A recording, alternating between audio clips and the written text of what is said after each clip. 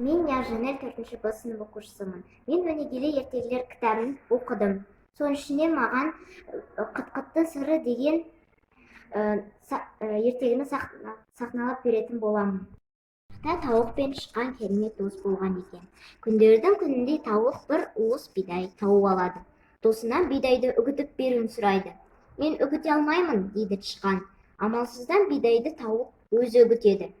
Диірменнен шыққандай мап-майда ұн жасап, одан қамыр илейді. Содан кейін ол тышқанға: енді қамырды күлше етіп пісір, дейді.